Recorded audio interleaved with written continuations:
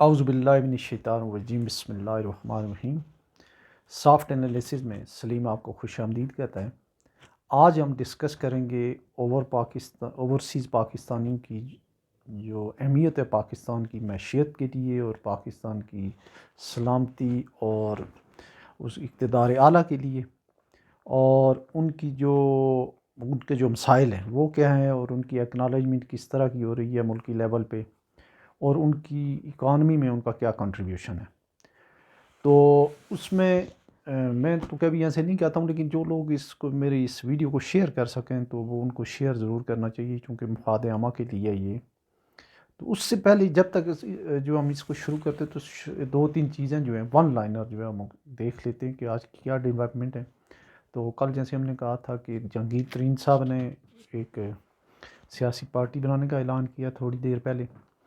فیصل واڈا صاحب جو ایک اور دوسرے ہیں جو آج کل انہوں نے بروکریج ہاؤس کھولا ہوا ہے، اور وہ ان کی جو ہے وہ لوگوں کی دھڑا دھڑ لائنیں لگی ہوئی ہیں پی ٹی آئی والوں کی، ان کے لیے جو ہے وہ معافی تلافی اور پریس کانفرنس اور دوسرے معاملات ارینج کر رہے ہیں۔ ان کی دکان بھی بڑی اچھی چل رہی ہے۔ اور جو تیسری بات ہے وہ یہ ہے کہ 9 مئی کے واقعات میں کچھ لوگ جو ہیں، بلکہ بڑی تعداد میں لوگ جو تماش بین تھے، وہ بھی جیو فینسنگ میں آ گئے ہیں، وہ بھی پکڑے گئے ہیں، اور موجودہ گورنمنٹ بااثر لوگوں کو چھوڑانے میں اور انہیں چھپانے میں جو ہے وہ اپنا کردار بھرپور طریقے سے ادا کر رہی ہے۔ تو چلیں اب ہم آتے ہیں اپنے اوریجنل پوائنٹ کی طرف۔ تو آسان ترین الفاظ میں جو ہے بغیر کسی مشکل ڈیٹا میں جائے ہوئے اور اسٹیٹسٹیکل جو انفارمیشن ہے اس میں جائے ہوئے میں یہ بتاتا چلوں کہ اس وقت جو ہماری فارن ایکسچینج کی جو ضرورت ہے اس میں تقریباً جو ہے 50%، 49-50% جو ہے وہ کنٹریبیوشن جو ہے وہ اوورسیز پاکستانیوں کا ہے، اور باقی جو ہماری گڈز اور سروسز ہیں جن کو اشیا اور خدمات کہتے ہیں وہ 50% کے آس پاس ہے، کبھی 2-4% اوپر نیچے۔ پچھلے سال کوئی ہماری جو ایکسپورٹ تھی وہ 31 ارب ڈالر کی تھیں، اور جو ریمیٹنسز تھی وہ 30 ارب ڈالر سے تھوڑی سی زائد تھیں۔ اس سال جو ہونے والا ہے وہ یہ ہے کہ دونوں نیچے ڈراپ ہو رہی ہیں، کوئی 10% جو ہے وہ تقریباً 10-11% جو ہے ریمیٹنسی ڈراپ ہو رہی ہیں، اور اتنی ہی جو ہے وہ شاید ایکسپورٹ بھی ڈراپ ہو جائیں۔ تو ہماری ٹوٹل امپورٹ اس سال کا جو ایسٹیمیٹ ہے وہ کچھ 60 بلین ڈالر کے آس پاس ہوں گی، تو 1-2 ارب ڈالر اوپر یا نیچے۔ تو ان کو آف سیٹ کرنے کے لیے، اور اس کے علاوہ اگلے سال پاکستان کو 25 ارب ڈالر کے قریب جو ہے ایکسپورٹ امپورٹ کے جو باقی ہمارا جو ڈیفرنس ہے اس کو چھوڑ کے 25 ارب ڈالر کی پیمنٹ جو ہے وہ اپنے قرضوں کی بھی کرنی ہے۔ آئی ایم ایف جو ہے وہ جو بیل آؤٹ پیکیج ہے وہ نہیں ہو رہا ہے، تو اس کی وجہ سے اوورسیز پاکستانیوں کی اہمیت اور بھی بڑھ جاتی ہے۔ اوورسیز پاکستانی جو زیادہ جو پیسے بھیجتے ہیں وہ سب سے زیادہ بھیجتے ہیں gulf state, Saudi Arab, U A E, اور دوسری جو یہ قطر وغیرہ سے۔ دوسرے نمبر پہ نارتھ امریکہ میں جب ہم کہتے ہیں اس میں امریکہ اور کینیڈا میں ہیں، وہاں پہ جو ہے پروفیشنل لوگ ہیں، زیادہ تر ہائیلی پیڈ لوگ ہیں۔ دوسرے نمبر پہ وہ ہیں، تیسرے نمبر پہ یورپین کنٹریز ہیں، یو کے، جرمنی، فرانس، اٹلی اور وغیرہ ہیں، اور بیلجیم وغیرہ، اور تھوڑی بہت جو ہے جنوب مشرقی ایشیا سے بھی آتی ہیں، جیسے ملائیشیا، سنگاپور، انڈونیشیا، لیکن کوریا وغیرہ سے۔ اچھا، اب جو 30 ارب ڈالر ہے، آدھی ریمیٹنسز کے لیے جو ہے آدھے فارن ایکسچینج کی ارننگ کے لیے پورے پاکستان کے وسائل، پوری پاکستان کی مشینری، پورے پاکستان کے مالی وسائل اور قدرتی وسائل، جتنی بھی جو اسکیمیں ہیں ان کے لیے جو ہے 23 کروڑ لوگ جو ہیں وہ بھی اس کے پیچھے ہوتے ہیں، اور ان کے لیے تمام تر ان کے ناز و نخرے اٹھائے جاتے ہیں۔ جو ایکسپورٹرز ہیں ان کے جو اس طرح کی جو ادارے ہیں ان کے، اور وہ آدھا کنٹریبیوٹ کرتے ہیں، اور ان کی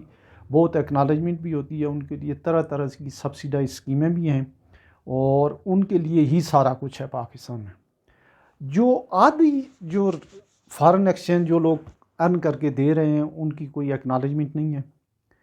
ان کے لیے کسی قسم کی کوئی اسپیشل پریویلیج اسکیم نہیں ہے، ان کے لیے انویسٹمنٹ کی جو ہے وہ یہاں پہ کوئی اپارچونیٹیز نہیں ہیں، اور ان کی جو ریمیٹنسز ہیں وہ انڈر کمپلشن ہی وہ بھیجیں، ان کے لیے کسی قسم کی کوئی پریمیم کی بھی اسکیم نہیں ہے جیسے بعض ملکوں میں ہوتی ہے۔ تو ایک تو اوورسیز پاکستانیوں کو ووٹ کا حق نہیں ہے، جس کا مطلب یہ ہے کہ ان کی کوئی سے پاکستان کی پالیسی میکنگ میں کوئی سے ہی نہیں ہے۔ تو ہونا تو یہ چاہیے کہ اوورسیز پاکستانیوں کے جیسے آزاد کشمیر اسمبلی میں ایک ممبر ہوتا ہے، کچھ اپنے ممبرز ہونے چاہیے جہاں سے وہ جو ہے ان کی پراپر طریقے سے ایک ایسی اسکیم بنائی جائے کہ ایک ممبر ہوں اور بڑے افیکٹو طریقے سے، تاکہ وہ جو ہے اپنے لوگوں کی نمائندگی کر سکیں۔ تو دوسرا یہ ہو کہ ان کے لیے اسکیمز ہوں، اور اسکیمز ایسی ہوں کہ جس میں انڈسٹریل اسٹیٹس میں ان کے لیے جو ہے وہ پلاٹس ہوں، یا ان کے لیے ایزمنٹ آف بزنس جو ہے ایزی وہ جو ہے وہ پیدا کی جائے۔ یہاں پہ جب اگر کوئی اوورسیز پاکستانی کوشش کرتا ہے فارن کرنسی کا اکاؤنٹ کھلوانے کے لیے، تو اس کے لیے بھی جو ہے وہ انتہائی مشکل ہے، مہینوں اس کے سالوں لگ جاتے ہیں۔ اگر کوئی بزنس شروع کرنا چاہے تو یہاں کی جو بیوروکریسی ہے، یہاں کے یہاں کے جو چیمبرز والے ہیں اور دوسرے مافیا کے لوگ ہیں، وہ اپنی ان کے ساتھ پہلے تو اپنا حصہ طے کرتے ہیں، رشوت اور طرح طرح کی جو چیزیں، اس لیے جو ہے ان کو ڈسکریج کیا جاتا ہے، خاص کر جو یورپ اور امریکہ کے سے اور جو نارتھ امریکن جو لوگ ہیں۔ اور کسی قسم کی جو ہے وہ یہاں پہ جو جیسے یہاں پہ چیمبرز ہیں، ان کو انٹرنیشنلی جو ہے ان کے ڈیلیگیشن جاتے ہیں، ان کی ناز نخرے اٹھاتے ہیں، ان کو ری فائننس، ان کو سستے قرضے دیے جاتے ہیں، ان کو ری فائننس فیسلٹی دی جاتی ہے، ان کو ٹیکس ہالیڈے دیا جاتا ہے، ان کو پلاٹس دیے جاتے ہیں، اور اس کے بعد جو ہے ان کو ریبیٹ دیے جاتے ہیں۔ لیکن اس طرح کی 50% کے لیے بالکل کسی قسم کی گورنمنٹ کی کوئی نہ ایکنالجمنٹ ہے، نہ کوئی ان کو دیکھ سن رہا ہے۔ پھر جو ہمارے مختلف ملکوں میں سفارت خانے ہیں، ان کا بھی جو ہے وہ بلو پار رول ہے، وہ وہاں لوگوں کا خیال بھی نہیں رکھتے ہیں، ان کے مفادات کا بھی خیال نہیں رکھتے ہیں۔ کی مثال یہ مڈل ایسٹ کی ہے، جہاں ہزاروں کی تعداد میں لوگ جیلوں میں پڑے ہوتے ہیں، ہمارے جو مشنز ہیں اور جو سفارتکار ہیں ان کا کوئی خیال نہیں رکھ رہے ہوتے ہیں۔ تو اس لیے ضرورت اس بات کی ہے کہ اب وقت آ گیا ہے، جو ہماری اکانومی کی صورتحال ہے اور جو ہماری جو انٹرنیشنل ریلیشنز ہیں، جو اس کو مد نظر رکھتے ہوئے اب یہ آ گیا کہ اوورسیز پاکستانیوں کو یہ ملک چلانے کے لیے پراپر طریقے سے انوالو کیا جائے۔ ان کے لیے جو ہے ووٹ جو ہے اگلے الیکشن میں ان کے جو ووٹ ہیں ان کے شناختی کارڈ اور پاسپورٹ کے اوپر ہی ارینج کیا جائے کہ ان کے جو ہے ان کے ووٹ کاسٹ ہو جائیں، اور نیکسٹ الیکشن میں ان کے لیے جو ہے ریزرو سیٹیں ہوں اوورسیز کے لیے، اور وہ سیٹیں ایسی ہوں کہ وہ اتنی نہیں ہوں، لاکھ ووٹر پہ نہیں ہوں، ان کو جو ہے وہ کم پہ ہوں، کوئی 30,000 ووٹوں کے اوپر ایک قومی اسمبلی کی سیٹ ہو، تاکہ ان کی زیادہ سے زیادہ نمائندگی ہو۔ زیادہ نمائندگی کیوں ہو؟ وہ اس لیے ہو کہ وہ جو ہے وہ ریڑھ کی ہڈی کی حیثیت رکھتے ہیں ہماری معیشت کے لیے۔ اور